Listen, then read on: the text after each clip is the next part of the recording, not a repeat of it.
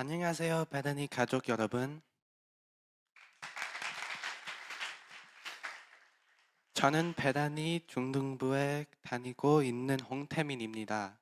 오늘 이 자리에 설 수 있게 해주신 하느님께 모든 감사를 드립니다. Hello, Bethany families. I'm very thankful to be here with everybody tonight to worship Jesus Christ. My name is Joshua Hong, one of the students in our Bethany Middle School ministry. And yes, I'm doing this in English because my Korean has decayed over time. Before I met Pastor Eunice in our middle school ministry, I was not a truly devoted Christian.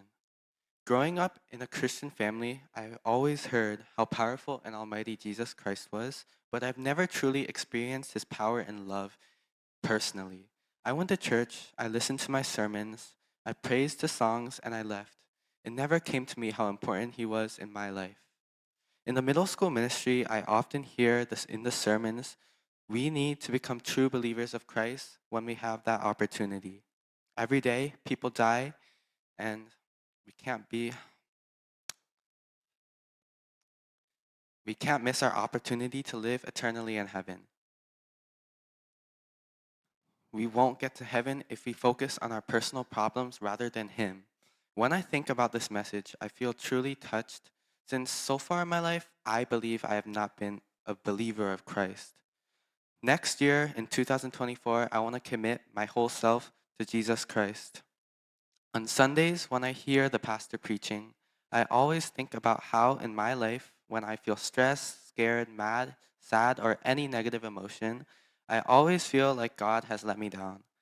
I feel like I get further away from God every time I lose hope in Him and focus more on my bad feelings and my problems.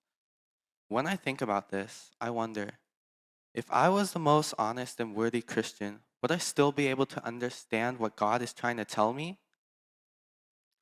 At the middle and high school summer retreat with Pastor Eunice this year, the last night of the retreat, I noticed that all the kids prayed and repented for hours and hours. At the time, it seemed like this time would never end, but now I know how valuable that time was to me.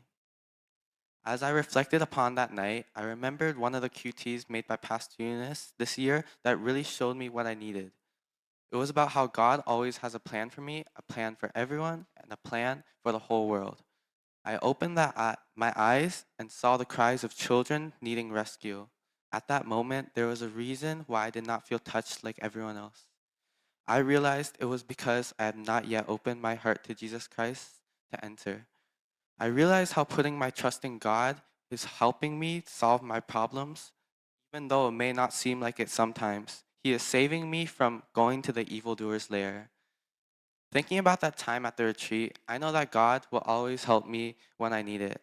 I just need to allow Him to help me by opening my heart, grabbing onto His hand, and allowing Him to pull me away from danger.